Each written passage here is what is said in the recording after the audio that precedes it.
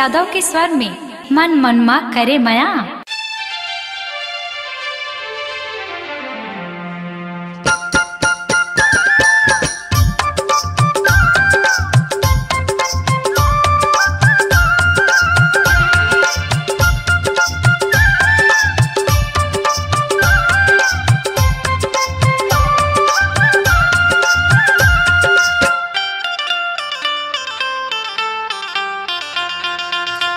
गंगा मेला तय अब वो अकेला, सित गंगा मेला तय अब वो अकेला, गोरी करी हो तोरे इंतजार।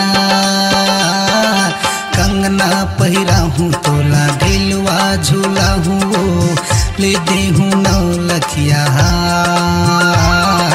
कंगना पहिरा हूँ तोला ढिलवा झूला हूँ वो ले दे हूँ 9 लखिया हार। सित गंगा मेला में आहूँ रे अकेला, सित गंगा मेला में आहूँ रे अकेला, वैहा करबे मोरे इंतजार। कंगना पहिराबे मोला ढिलवा झूला बेगा, ले देबे 9 लखिया हार। कंगना पहिराबे मोला ढिलवा झूला बेगा, ले देबे 9 लखिया हार।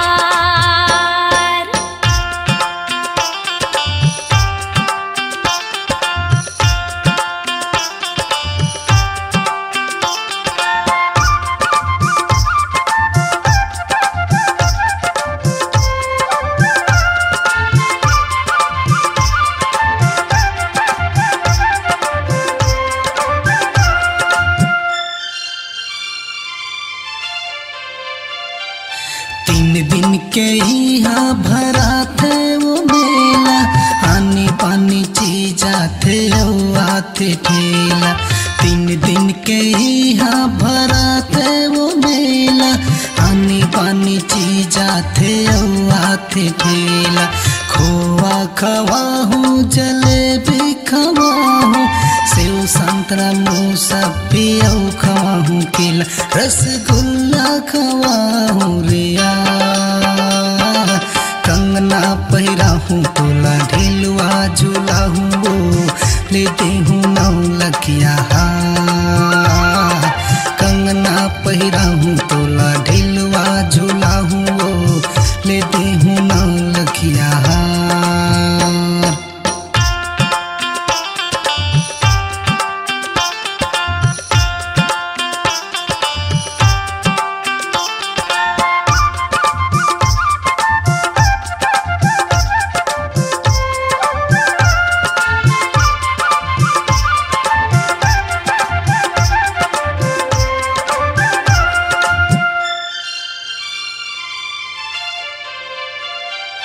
सित गंगा मेला में आहूँ रे बैहा, तोरे नाव के गोदना गोदाहू रे बैहा। सित गंगा मेला में आहूँ रे बैहा, तोरे नाव के गोदना गोदाहू रे बैहा। चूड़ी लेवाबे मोर बरखिन वाली बाबे, तोरे नाव के गाना मैं गाहू रे बैहा। सिनेमा दिखाबे रे यार, कंगना पहिराबे मोला ढिलवा झूला बेगा, ले देबे 9 लखिया हार। कंगना पहिराबे मोला ढिलवा झूला बेगा, ले देबे 9 लखिया हार।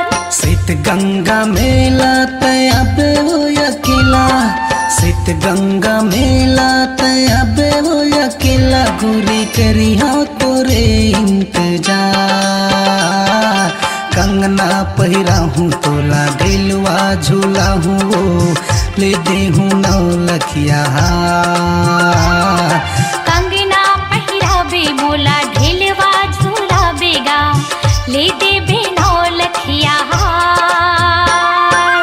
ले दे हूँ 9 लखिया हार।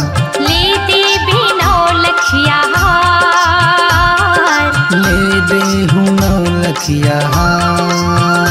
हाँ, ले देबे 9 लखिया हार।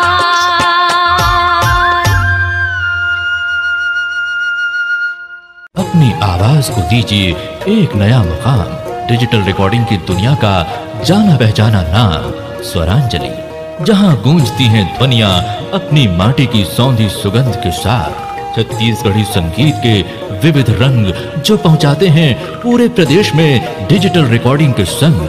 स्वरांजलि स्टूडियो, नेमीचंद गली नंबर 2, गंजपारा, रायपुर।